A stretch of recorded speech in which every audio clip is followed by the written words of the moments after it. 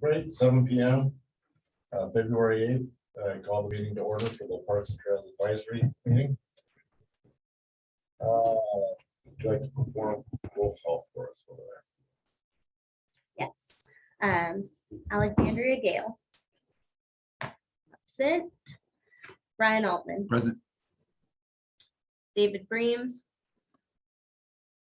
Absent at this point. Don Robertson. Present.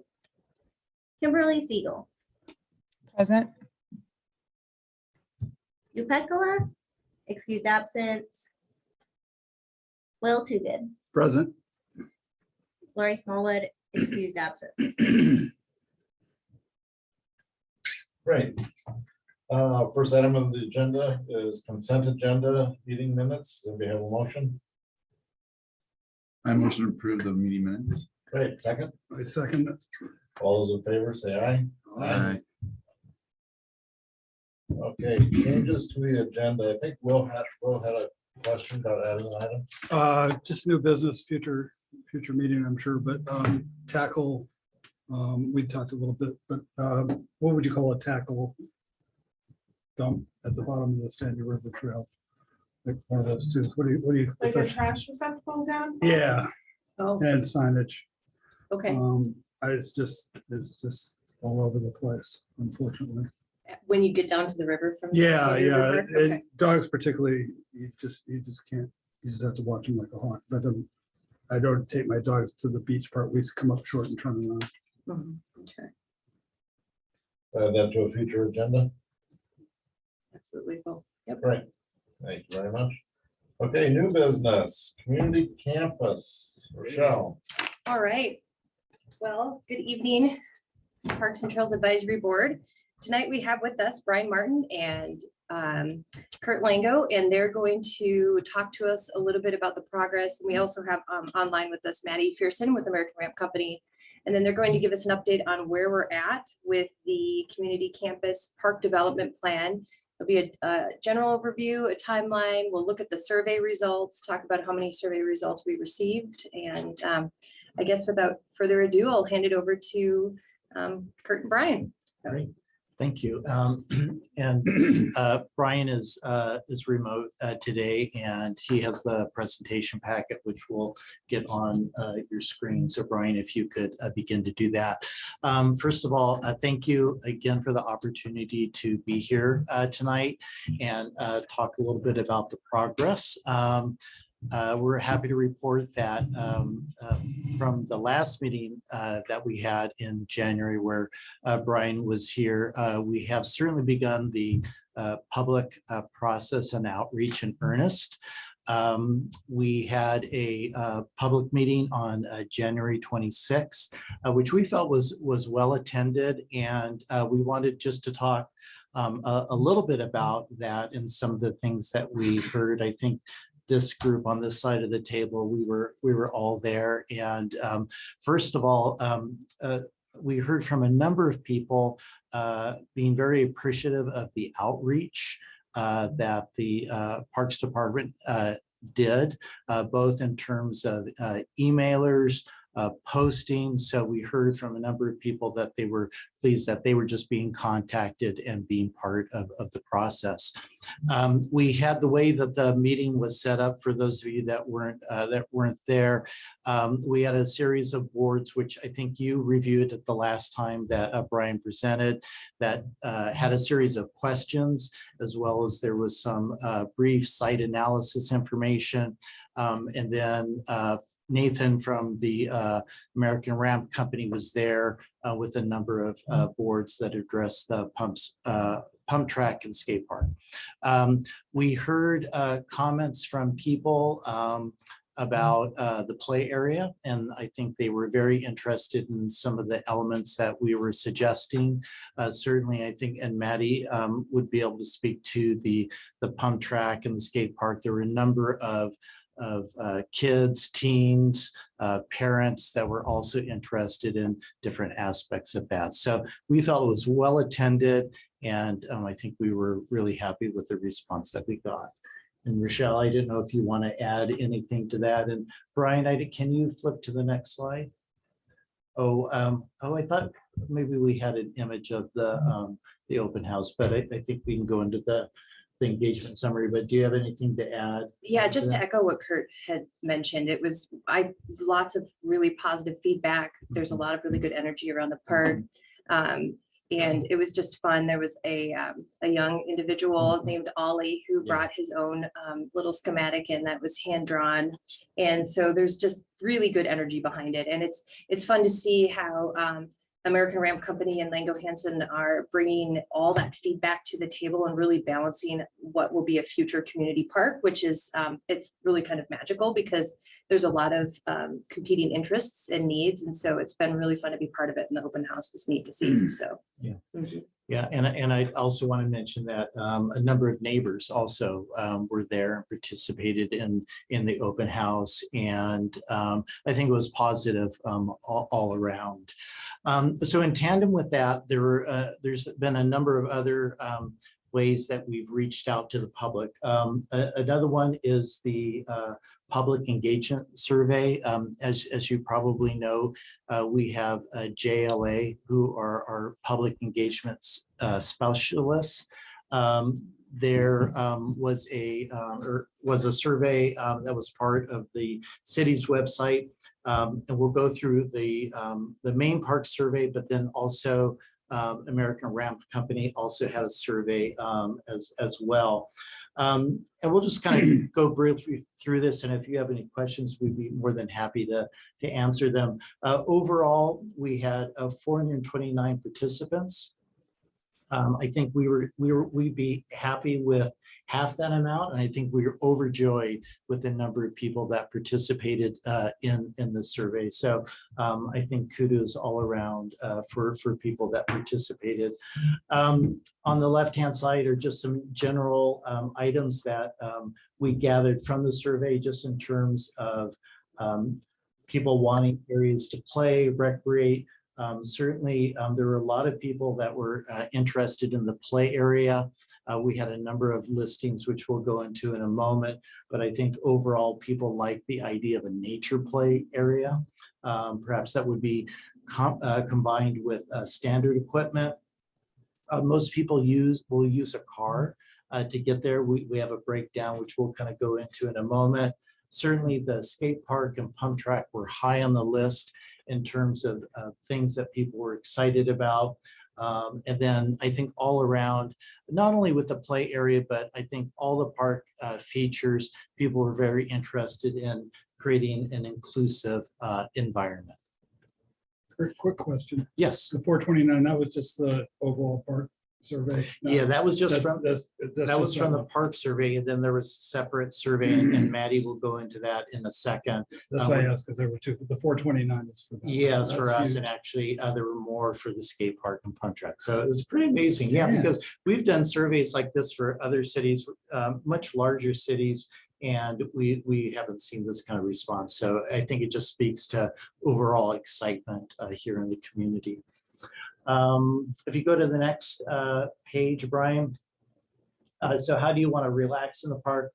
Certainly enjoying nature, walking paths were top of the list, as well as picnicking, just sitting and lounging as we kind of go down through the list.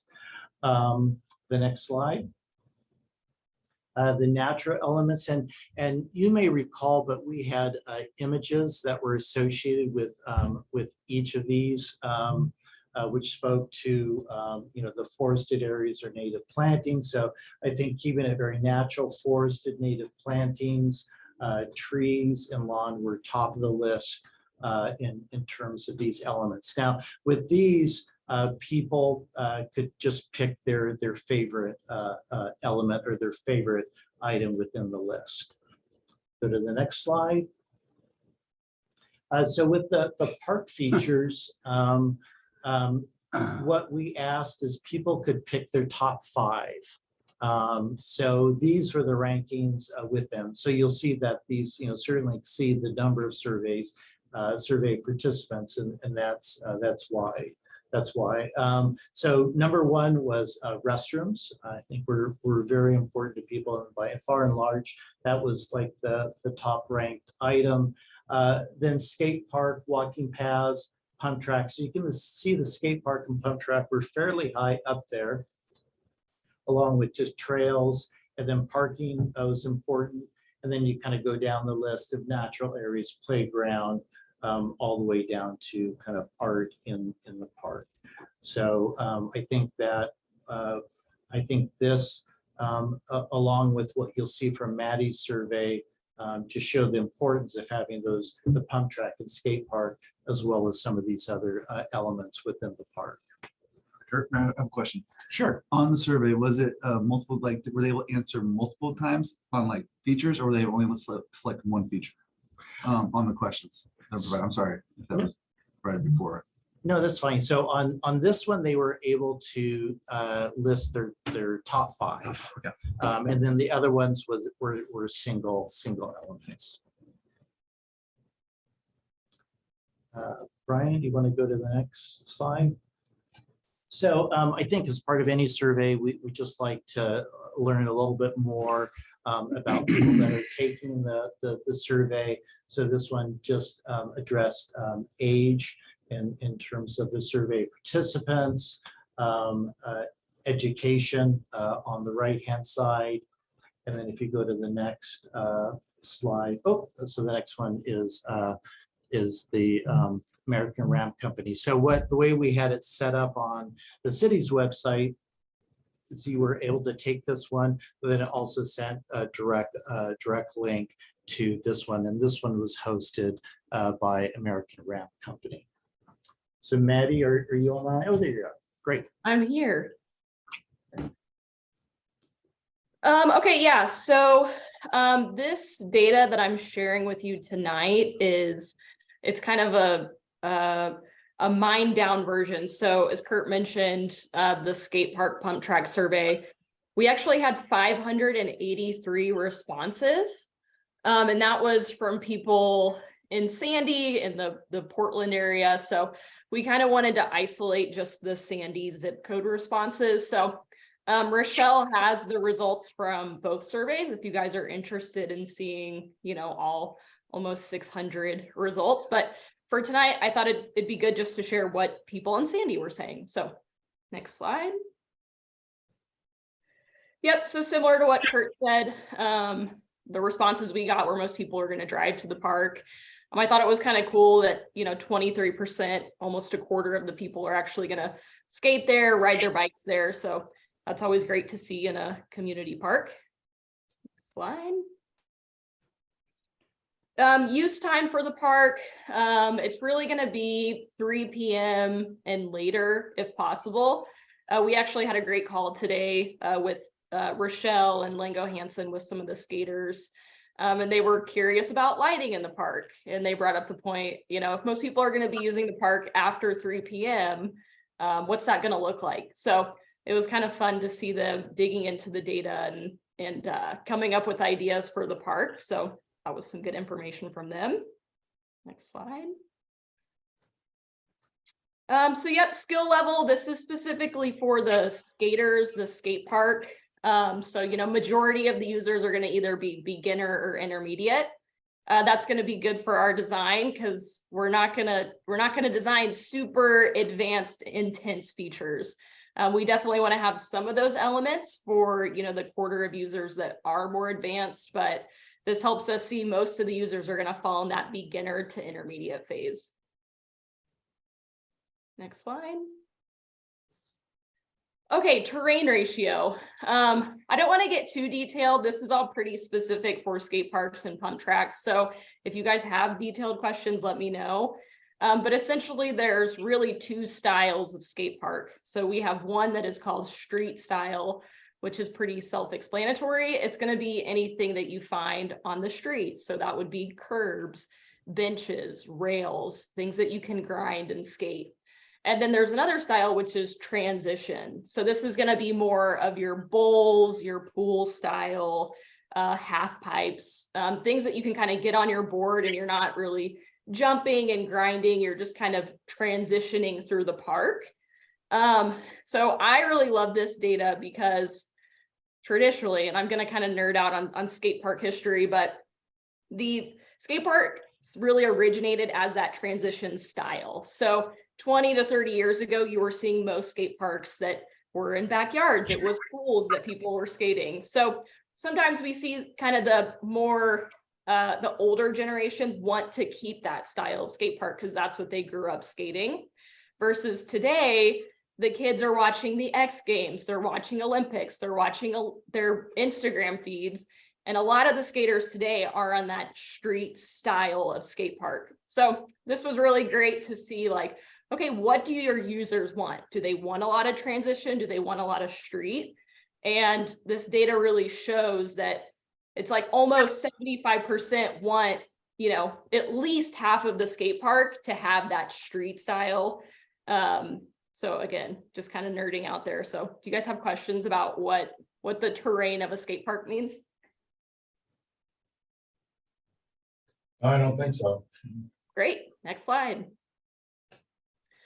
Again, this is just super detailed. We're kind of getting into the nitty gritty, like within that street style, what do you want to see? Do you want to see stairs? Do you want to see curbs? Do you want to see pyramids? So we really just wanted to understand what features the skaters want to see. And then same for that transition style, the bowls and the ramps, you know, do you want to see wall rides or snake runs? So again, just using all of this information during the design process so that we know what features are kind of favored by your community and your users. Next slide. Yeah, again, just super detailed. This is for the bowls and the ramps. You know, how tall do you want them? Are we talking more advanced, the over 5 foot, or are we talking, you know, more beginner friendly, under 4 foot? Or no preference, kind of a mix of both. So it's kind of a three-way split, which is nice to see. Next slide. Okay, so then we kind of transitioned over to the pump track. So how are you going to ride the pump track? And I thought this was actually really interesting. Over half of the people who took the survey said that they would ride the track on their skateboard, which is awesome. It's an asphalt pump track, so skaters can use it. Bikers love the asphalt track. And then we've, of course, got some scooters and skaters that are going to be using that as well. Next slide. And then again, just more detailed, what kind of features do you want to see in that pump track? So how do you feel about having an adaptive use track or a separate beginner track? Do you want to see some freestyle features like some rails that you can grind? Do you want some jump lines or do you want some wall rides? So again, just taking all this information as we start to design, and we have to pinpoint what features are going to go within this facility. Next slide. Kurt, I'll pass this back to you. Great. And I'll add to it. Great, thanks. And just to mention too, in terms of our public outreach, we have a number of focus groups that we're going to be talking with. One is Sandy Vista, which JLA will be leading. And then we also have a meeting at the Senior Center in the upcoming weeks as well. And then as Maddie mentioned today, ARC led a discussion with local skateboarders as well as pump track users. So we've been, I think, trying to engage as many people as we can early on in the process, and certainly hoping that they will continue to be with us as we move through the design phase. One thing we wanted to mention is where we are at in the process. So we're at the second PTAB meeting. And as you can see, in the coming weeks, we'll be meeting with our PAC as well as City Council. And then we have our second public open house on February 23rd. So things are moving quickly. I am happy to report that we've had a number of really good discussions with Maddie and her group in terms of how we interface the park design, with the skate park and the pump track. I think we originally mentioned that we will be coming back with 3 different options for the park itself. That will also include options with the skate park and the pump track too. So it's been good for all of us to kind of get together, talk about general ideas, take the feedback that we have gotten from the public, and begin to formulate these designs. And it's still fairly early on the process, but certainly will be coming together in the next couple of weeks. Kurt, can I just mention? Oh yeah, something real please quick? do, yes. Just about the public engagement piece too, just, we've been making an effort to reach out to the neighbors. And so just today, we mailed out a second mailer to neighbors within the proximity that just specifically was, you're invited, we really want to hear your voice. So we're hoping that they'll come to the open house, but we really want to hear from them too. So. Let's see, maybe we could go to the next slide.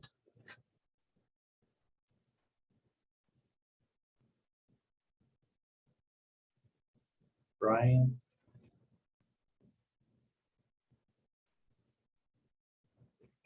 Okay.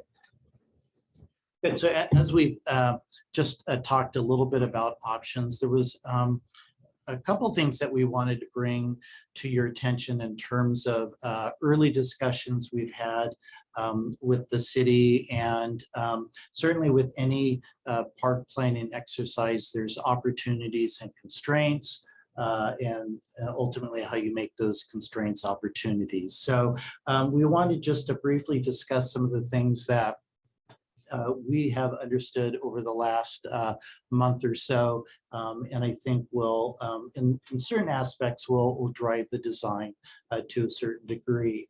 I'll just start off with the streets in the orange color. Just to remind everyone, and if you did not know, we will be doing some minor street improvements along Meinig. The city has asked us to do what they call quarter street improvements. So that means where there's existing parking, that existing parking will remain, but they would like us to put in a curb and sidewalk to meet city standards. So it's all about, as development comes in, creating connectivity both throughout the neighborhood, but to the park itself.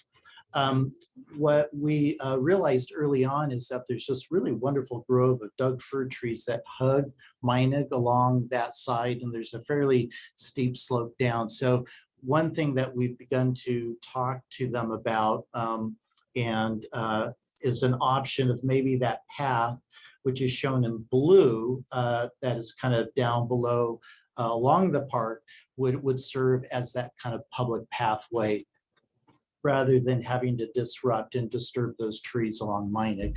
These are things that are still in discussion, but we wanted to bring these to you to let you know that we have been talking with the city, and we've been, where we see some obstacles, we've been trying to figure out creative solutions fairly early on in the process. Along Scenic, where there's an existing gravel road, we've been asked to do 3/4 street improvements. So that will be a sidewalk, a curb, and then new asphalt paving along that stretch. So are you gonna have to pave the full width of Scenic or just half the width? Well, they said typically 3/4 street improvements means that you will allow 2 vehicles. So we'll meet this the standard for 2 vehicles, but you won't necessarily need to do the adjoining curb or sidewalk on the other side. So it's 3/4 that would still allow traffic within that area. And that would also include any sort of storm drainage. In this instance, we may or may not need to do street trees. I think that is a good question, and to let you know, we have set a pre-application conference with the city for March 9th. And that's typically where we go in with a preliminary plan. They have all the different bureaus that deal with water, electrical, storm drainage, planning, because we will have to go through a land use process with this. And at that meeting, we'll also find out additional information that maybe we don't know right now. That orange line is important because that will cost money and that will come out of our budget. So you know, we're trying to kind of understand all the costs we can fairly early on in the design process.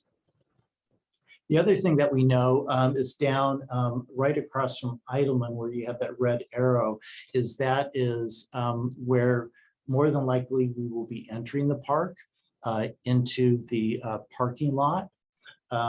We also have the driveway that goes up to Sandy Net. So we'll have to figure out how those two elements kind of interface as people enter the parking lot, as pedestrians enter the park.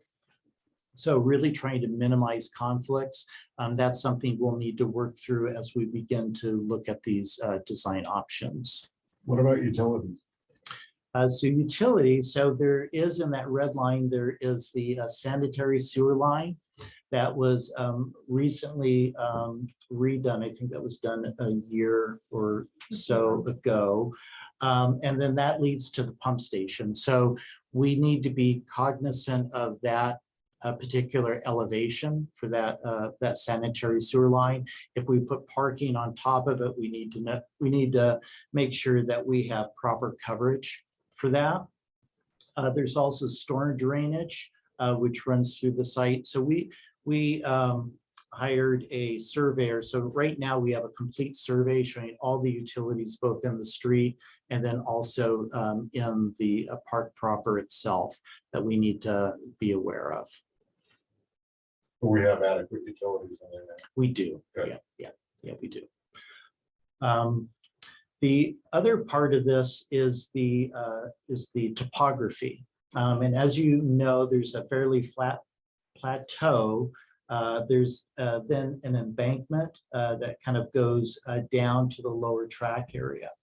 A critical part of the park design will be to ensure that we have full accessibility with the pathways. What you see there in the square boxes are the existing elevations. So you can see we're at like 930 close to the entrance to the park, and it goes all the way down to 910 where the existing track is. So it's about 20 feet of grade change in there. What we've illustrated in that blue line is the amount of length we would need for a path to meet the accessibility standards, which would be about a 5% slope. And to kind of get into the weeds, you can kind of see where the existing 425 or 925 elevation is. And then in the circle is the proposed 925 elevation. So you can see what we're going to need to do is we're going to need to take that embankment and essentially kind of carve it back in order to create a gradual slope pathway going down to that low area. I think we see that as actually an opportunity and something very exciting. I know that Maddie and ARC, they are thrilled that we actually have some topography here with the site and ways to integrate the skate park and the pump track into that. I think the pathway system will be another element that we need to kind of integrate into the existing land. The other thing that we wanted to bring to your attention was the UGB line, which crosses midway through the park site. There are certain restrictions in terms of what park elements can be outside our park proper and within, or rather outside the city and inside the UGB. In terms of park elements, certainly walking paths, green open space, the pump track is allowed. I think a restroom. However, other elements such as a shelter, the skate park, those are not permitted outside and north of that red line. So Parking is allowed. is it I believe limited parking. limited parking? Mhm.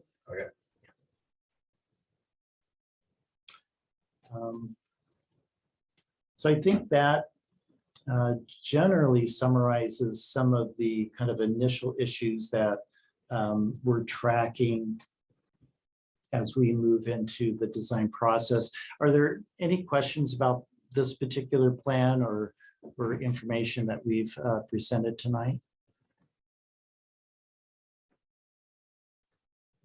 Straightforward.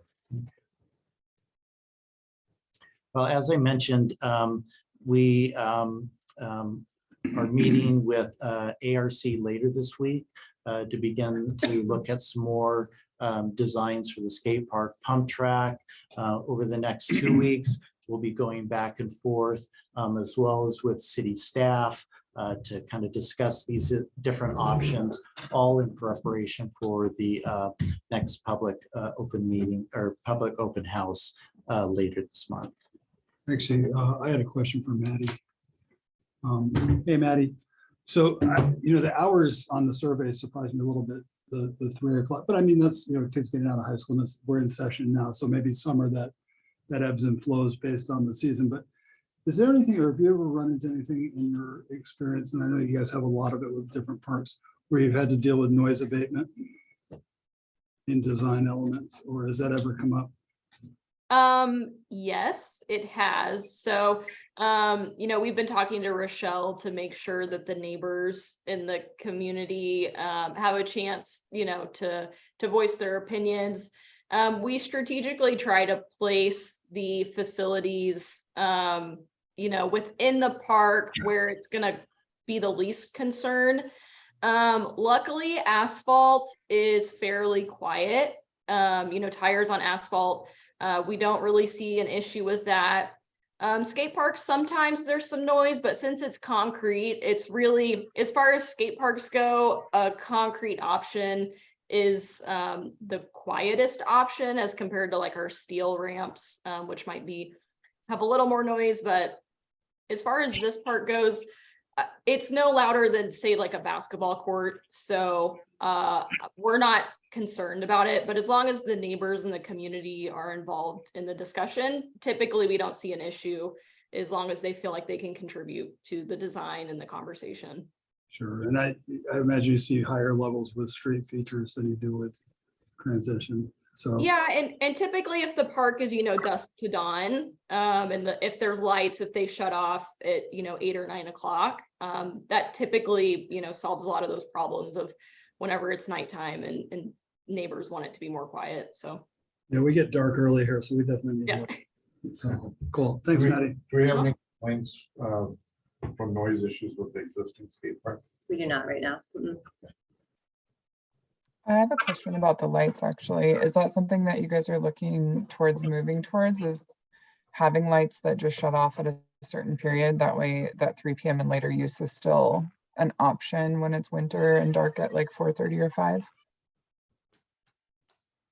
Yeah, so one of the things that we actually talked about today in our focus groups was the idea of lighting. But again, we were talking about balancing the budget and what that looks like. And as Lango, Hansen, and American Ramp Company work through the process and we start to get cost estimates, all of those things will become a little bit more focused. And part of what Kurt and his team, he does have an electrical engineer on hand, so they are looking at some of those lighting, and then had mentioned how the parking lot will be lit, and so there's some options there, but again, it's balancing the full site and then what that budget ends up looking like. So Thank you.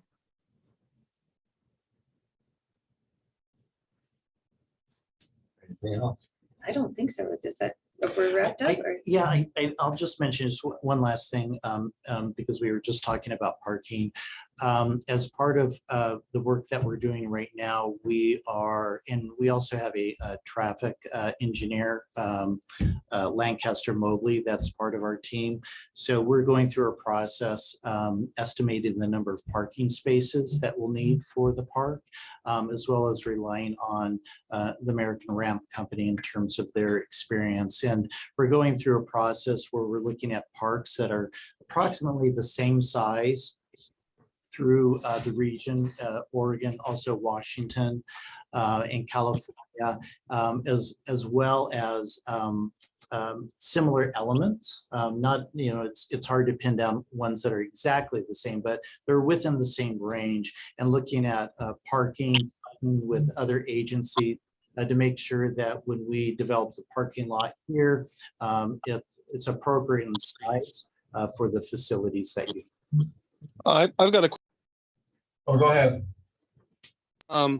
so I know the Redmond Park is, I would say, comparable in size if you count its walking path and the pump track, and it only has like maybe 10 spots. I mean, so how many spots are you guys thinking? Well, we're still looking at different parks. I would say it would certainly be more than 10 spaces. The parks that we're looking at have an average of anywhere from 3 to 5 spaces per acre. So if we have 10 acres, then it's anywhere from 30 to 50 spaces. We also have the on-street parking too that can help, I think, in terms of that total account that are immediately adjacent to the park. I was gonna ask that question. Thank you, David. The other question is,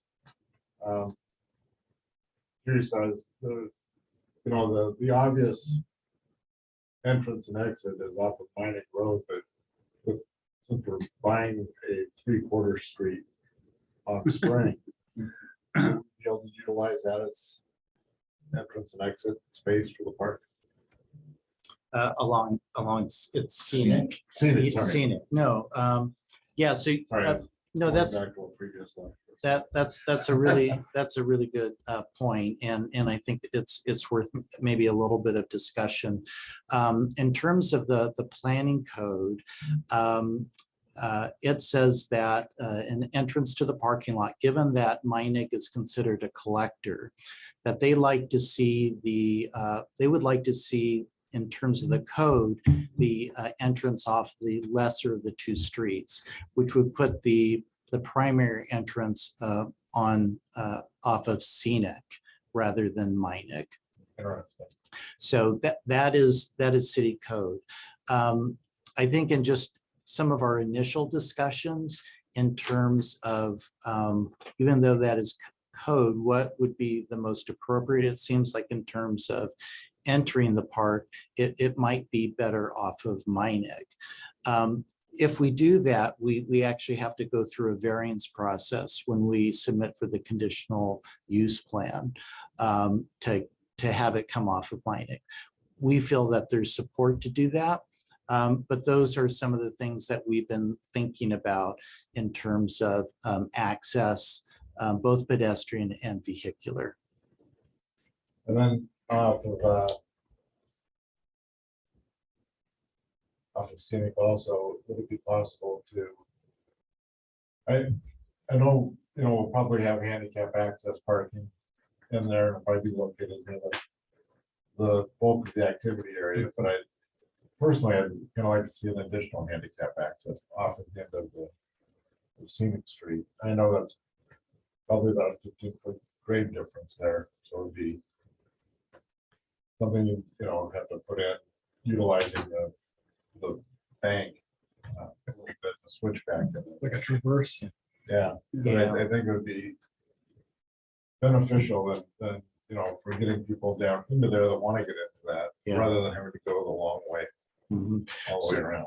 So were you thinking of pedestrian access? Yeah. On that it might be on towards the west side of Scenic? Brian, I didn't know if you can. I would put one there, and I would also, if there's any way of carving in a handicap access parking space there. Okay. Yeah, the grade actually transitions down where it's more manageable at the corner of Scenic and Meinig. I think you're a good, maybe 10, 15 feet above the park. Yeah. But if you go to the west side of Scenic towards the very end of where it terminates at the park, it's fairly level at that point. Yeah, that's probably my biggest complaint about Mornstead Park is handicap access into the park just totally blows as far as, you know, being able to get in and out of there. at a decent area. So I have a question on parking, and I'm not sure if it's directed at you or Rochelle, but are we able to leverage, or is it out of scope to leverage any of the upper level parking or upper level area for parking? Or is that completely out of scope? Well, that's an interesting question. One of the things that the council will be doing in the near future is discussing and the visioning for the front half of the community campus property. And the future of that is undetermined at this point. And so to put any money into that infrastructure or future parking there it could be questionable as far as what that front looks like or how we use it, or what if there's a concept that's going to go there for future sites. So the parking at the park property right now is the best idea. We know we need parking for that site. So I get it. It's just hard to watch all that empty space when you can leverage, have more park. yeah, And just as a reminder, what is the total footprint here right now? As shown? As shown, I think it's just shy of 10 acres. yeah, a little bit, about 10 and a half. And you're looking at 5 per acre? Well, it's anywhere from 3 would be on the low end, 5 would be on the high end.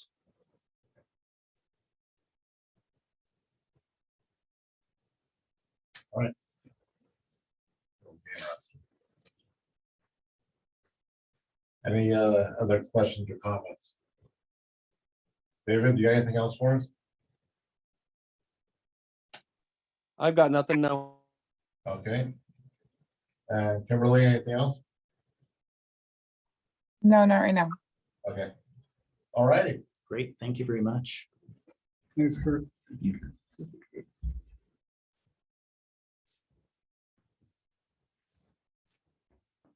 Thank you, Kurt, by Brian. Thanks, Brian. Okay, new business. Oh, that was new business.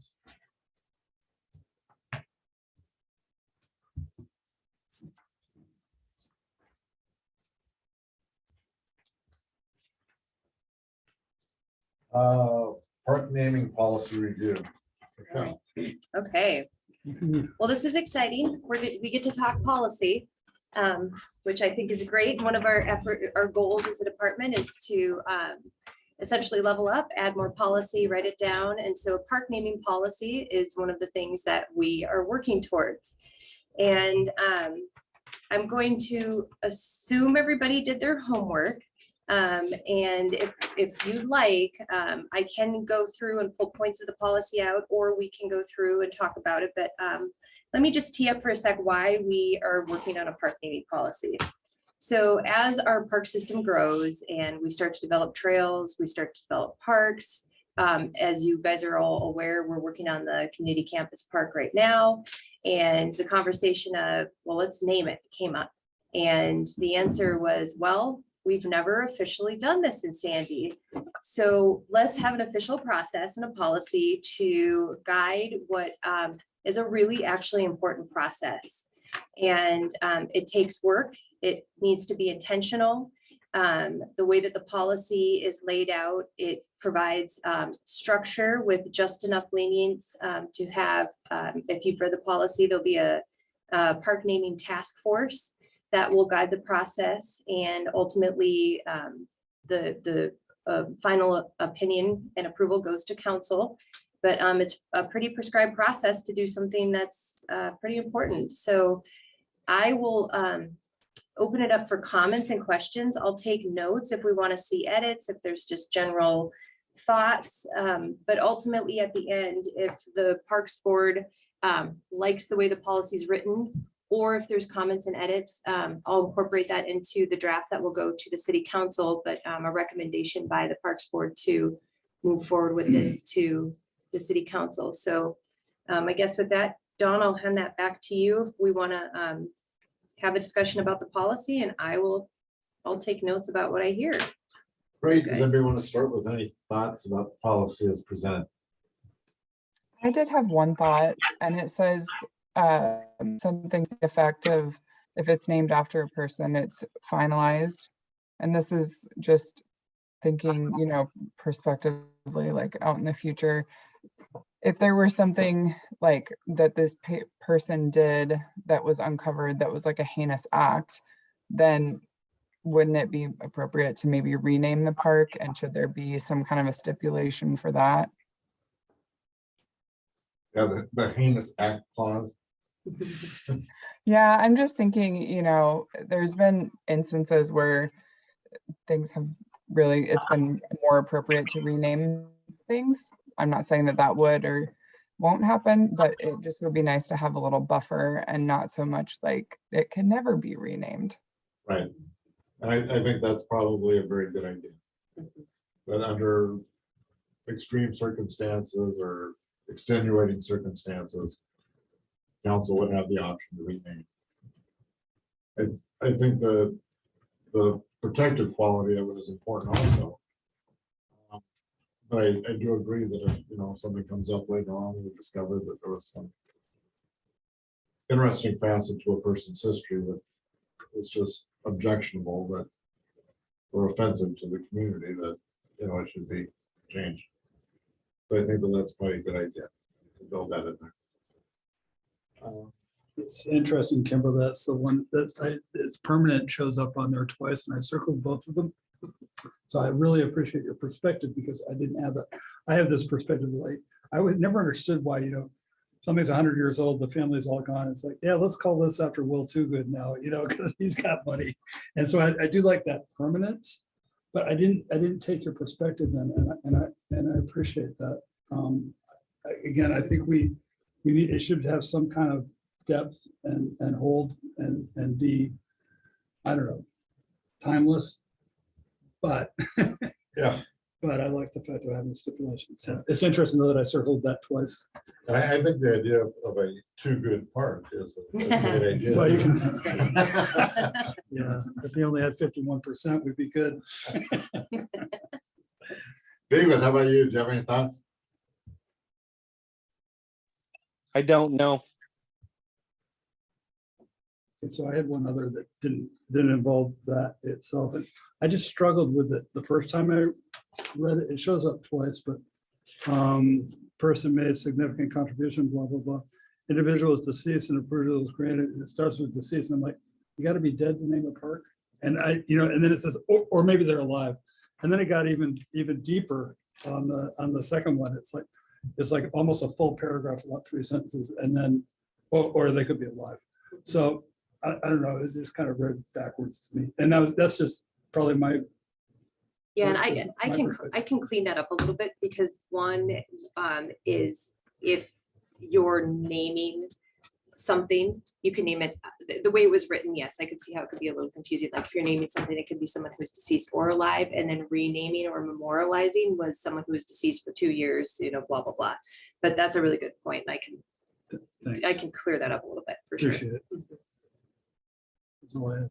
Yeah, right. I have nothing right now. I like the way it's laid out in that that the community can give their input as well, and so they do have the opportunity to put forth what they think, and that it outlines the process now. And it's nice to have a process in place that we can go to and point to and say, this is the reason why we're doing it, and this is the steps for it. So thank you very much for putting this together, and thank you so much, Kimberly, for coming with that suggestion. That's really good. Put in there. Well, I guess my observation is that I am happy to have this, because the worst time to develop a policy is right after you need the policy. You know, it's always better to do it up front before the policy hits. I can speak to the 2-year deceased. I know that I've been involved in these types of policies in the past, and using a 2 years of for a deceased person is kind of a standard language, and the intent is to take the emotion out of it.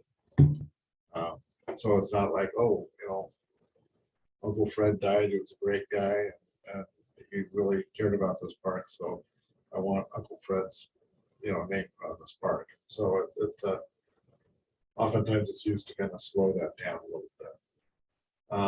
But I certainly, you know, I'm not married to having to have a person dead for 2 years. Generally, I thought it was good. I like it, but I guess here's one question that I came back to. We have a swimming pool named after an individual now.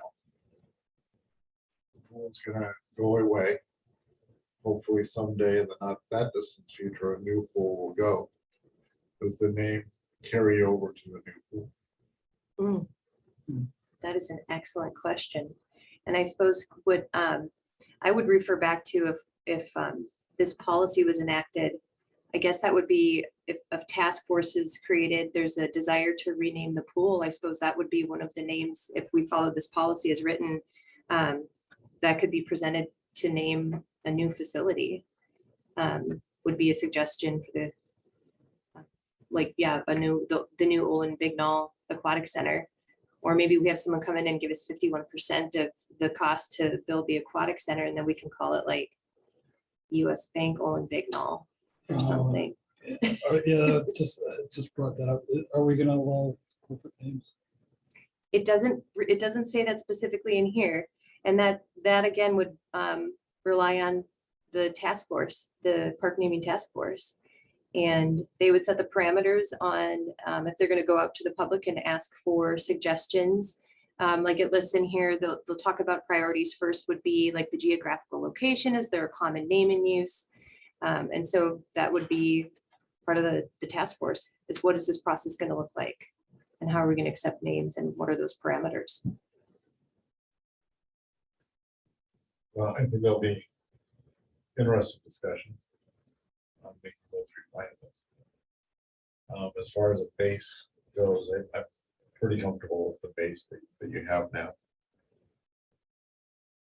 And I'd be happy to entertain any motions if anybody wants to make regarding that.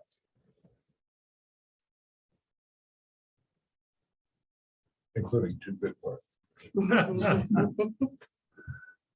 Make a motion. We want to make a motion.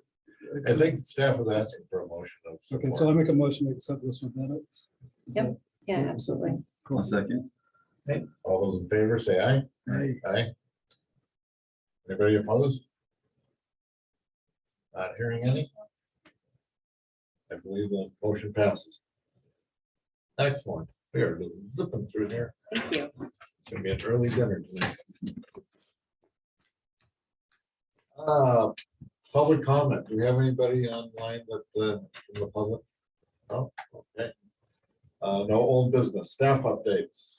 Rochelle. Okay, well, just letting the Parks Board know that on Monday, I presented to the City Council on an update on how the department's been doing for the last year. And then referenced the City Council goals and how our goals have related and tied into that. Talked about our future goals. And that's something I'm happy to share with the Parks Board, just the staff report that talked about some of our accomplishments. And it was really interesting putting together that slide deck and the staff report and realizing that about a year ago, I was in front of the council talking about how we were going to build a team and make a new department. And one of the interesting things pulled out of that report is we have 10.91 FTE, so full-time equivalent. Of those full-time equivalent employees, 8 of them are new. So it's wonderful that we're also new, and I joked with the council, but in a way we're building our empire, and I couldn't do it without these folks and the team that I work with and the team that isn't here tonight. And so I just really want to recognize them. And it was interesting to learn about all the park acreage that we maintain, trails, the special events that we put on, our attendance. The facility has been open since May. And in the short 9-10 months, we've done, I think we've served 2,484 people have come through our facility, and our rentals are absolutely just hopping. And Chelsea can attest to that. She's probably taking 4 or 5 calls a day right now just for our facility rental. And that's part of the reason we're here tonight, is because there was a facility rental there. So, but that's bringing in a revenue of about $11,600 in the 9-10 months that we've been doing that. And it's great. And that number is going to continue. And we're talking about cost recovery work and how we're working on a policy for that, which the Parks Board will have a chance to review our cost recovery policy, which will eventually go to the council. And So some really exciting things, and a lot of really fun things in the future to look forward to. I mean, we're focusing on tourism and economic development, and we've got some big projects coming up with the community campus park improvement, the Deer Point development that was approved. So we've got just a lot of really exciting things. We've got a grant for Sandy Bluff, which we'll use in the next year and a half, 2 years. And so, yeah, it's really exciting. So it was fun to get their support, and they'll be doing their council goal setting on Saturday, the 18th. And so once we get the council goals, I previously, and what we've done is we've talked with the Parks Board about setting goals and talking with the Parks Board too. So making sure you guys are looped in on what the department's doing, helping guide us. So for now, that is the only report I have. I know these guys have a lot more exciting things going on. So Tiana, you want to go? I would love to. Okay. The team and I spent about 2.5 days about a week ago doing a deep dive and cleaning up our bay back at operations, doing organization and creating a safe workspace for us to come and go from every day. And we dispose of approximately 145 pounds of expired or unusable hazardous waste at the Metro South Hazardous Waste Facility. Really excited about that. Brandon and I have enrolled in an OSU pesticide pre-certification training for our laws and safety portion of our pesticide license, and we're working through that training right now. Casey has been working really hard on winter cleanup and cutting back the ornamental grasses and preparing for the mowing season. We recently replaced a failed climbing ladder at the Timberline Park, and we have repaired the rocking boat at Fantasy Forest Playground. Last Friday, I was able to visit Lake Oswego Park System and see how they're doing things and learn about their best practices and speak with them about their IPM policy and specifically how they are handling reports from the community with concerns regarding hazardous trees. So I hope to dive into our code and policies and further refine those practices. And lastly, we will be closing the restroom at Mining Park February 27th through March 10th so that we can do a deep clean of that facility and then repaint the interior of it for the upcoming season.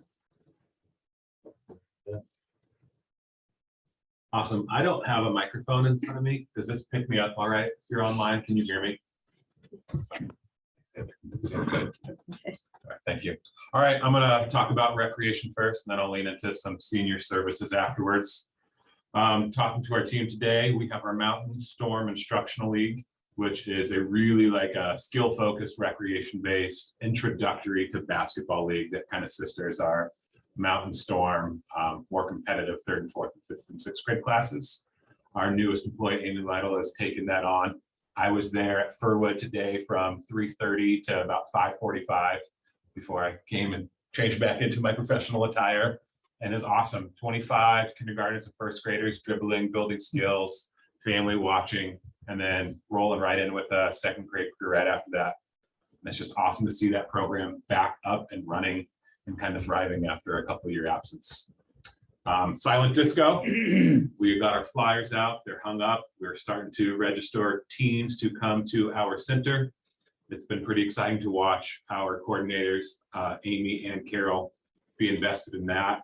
We've got sponsorships for it to help offset costs. We've got in-kind donations for pizza. I think we have 40 pizzas that are going to be donated. We've got a person coming with a photo booth where you can actually take like your photo strips. If you went to any of the holiday events at Mining, they had that same person's coming to do that.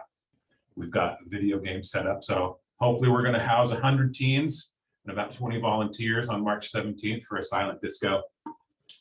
And then a common theme that's kind of been brought up today is this community engagement and getting like our community involved.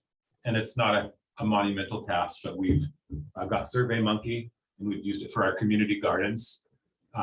Reached out with like a 10-thing questionnaire about how you use the space, how we could see it improve, what you'd like to be done there. And then also for our Summer Sights and Sound, which is our concert series and our movie series at Mining Park, giving some input out to our community. And I think it was like 470 plus responses to our survey about what movies you'd like to see there. And then that leads me into this kind of constant turnover of how fast things move. We are kind of already deep within our summer planning.